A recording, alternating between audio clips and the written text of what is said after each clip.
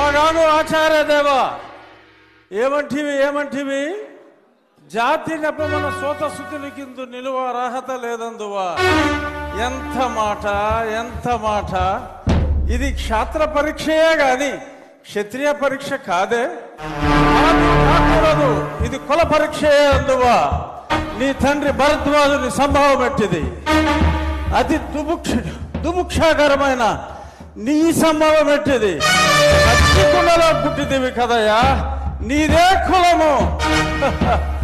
అంతేగాక ఈ మా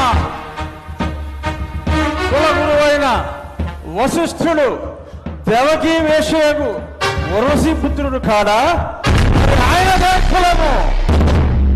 ఆయన పంచమజాతి కన్యకు అరుంధతి యందు శక్తిని, ఆ శక్తి చండాగణ యందు పరాశరుని, ఆ పరాశరుని పల్లె పడుచైన మత్స్యగంధి యందు మా తాత వ్యాసుని, ఆ వ్యాసుడు విధవరాండ్లైన మా పితామహి అంబికతో, నా తండ్రిని పితామహి అంబాలికతో, నా పినతండ్రి పాండురాజును, మా ఇంటి దాసితో ధర్మ నిర్మాణసరుడని మీ అందరితో కీర్తించబడుతున్న ఈ విదురదేవుని కనలేదా? నాతో చెప్పిందేమయ్యా. బట్టి క్షత్రబీజ ప్రాధాన్యములతో సంకరమైన మా కురువంశము ఏనాడో కులహీనమైనది. నేను కులము వ్యర్థవాదములకు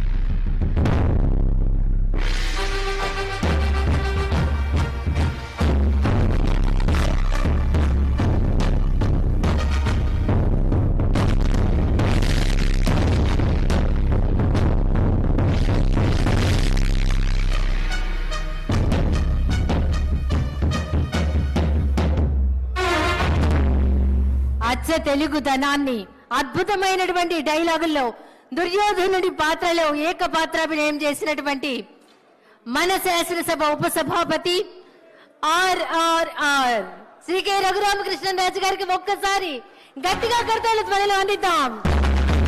అభినందనలు సార్.